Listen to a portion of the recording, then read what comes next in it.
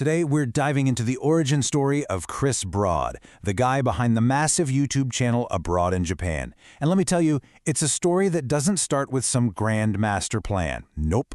It all kicks off with a one-way ticket, a fresh-faced university grad, and a dose of culture shock so strong it would change his life forever.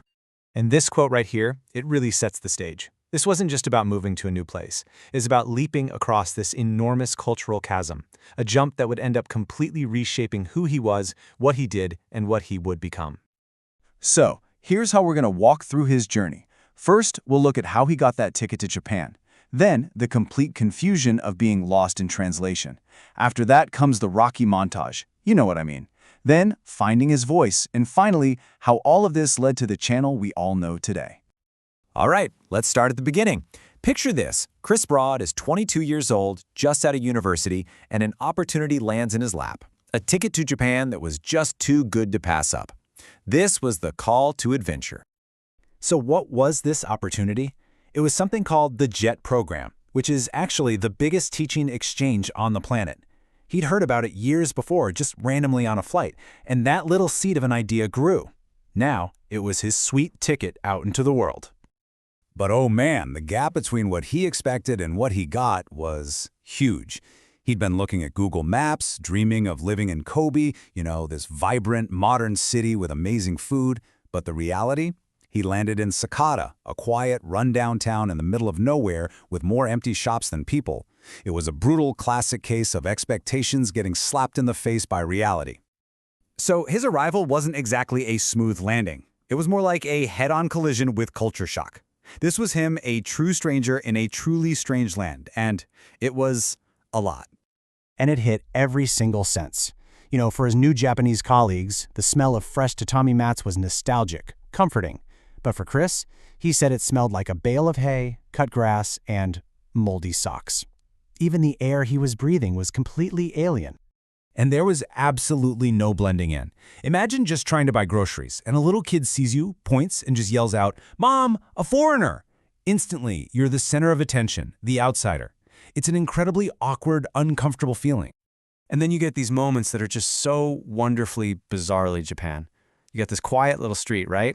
A cute bakery, a playground for kids, and then boom, towering over everything is this massive, very suggestive anime billboard. It's this hilarious, surreal contradiction that just perfectly captures how weird and wonderful his new home was. Okay, so this is where the story pivots. Chris is feeling overwhelmed, isolated, and he basically has two choices. He can either sink or he can swim. He chose to swim. It was time for his Rocky montage. And what's so interesting is what drove him. It wasn't some grand ambition to become a star. It was much more raw than that. It was the deep, gnawing fear of being helpless, of always having to ask his coworkers for help with the simplest things. That embarrassment, that became his rocket fuel. And he channeled all of that feeling into this incredibly intense, disciplined routine. I mean, this wasn't just casual studying. Every morning at 7 a.m., 25 new kanji characters. At night, he'd walk around town with vocabulary lists just looping in his ears. And every day, he'd immerse himself in Japanese TV and anime. It was a full-on attack on the language barrier. So what happens when you mix that kind of fear-based motivation with a truly ruthless daily routine? Well, you get a breakthrough, and in this case, a really big one.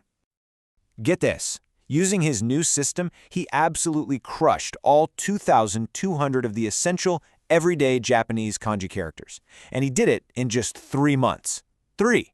That's just an insane level of focus and dedication. And here it is, the payoff. A year after trying and failing spectacularly, he enters the regional Japanese speech contest again. And this time, he wins. Can you imagine that feeling?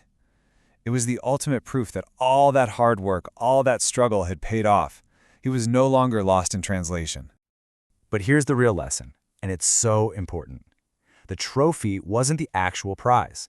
The real takeaway was learning that his miserable failure the year before was absolutely necessary for his success. He learned to value the struggle, the mistakes, the whole messy process. That failure became a key part of his success story. So this win, it wasn't just about learning a language. It was about unlocking a whole new level of confidence. And that confidence is what allowed him to really connect with people, to build a community, and to finally feel at home. His life just completely changed. He wasn't just some guy living in Sakata anymore. He was part of the community.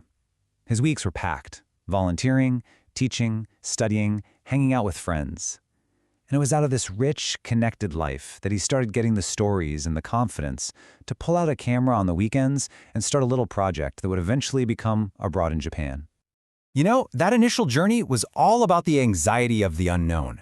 But when he looks back, the thing that's actually terrifying is the thought of what would have happened if he'd just given in to that fear, if he'd stayed in his comfort zone. It kind of leaves you with a question, doesn't it? What amazing things are waiting for us, just on the other side of our own fears?